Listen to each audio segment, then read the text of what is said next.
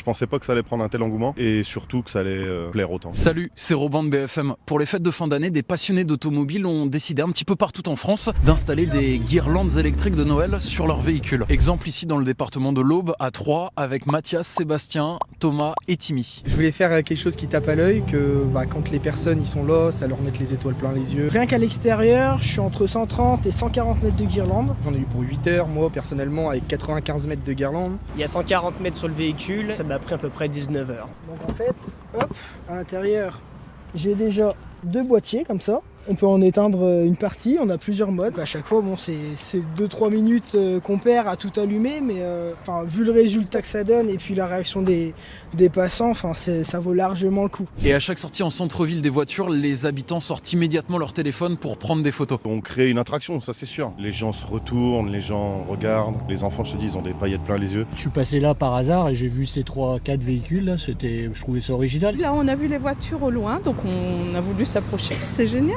je trouve ça bien. En vrai c'est sympa, ça change. En vrai c'est bien. Ça fait de l'animation dans une ville. Ça donne le sourire à tout le monde, mais je m'attendais pas à ce point. Comme je t'ai dit tout à l'heure, c'est contagieux. Les plus grands, les plus petits, ça touche toutes les générations. Dans le monde actuel, tout ce qu'on traverse et tout, franchement, c'est incroyable. Plusieurs fois, je me fais arrêter sur les passages piétons, tout ça, on me fait des pouces. C'est génial, merci.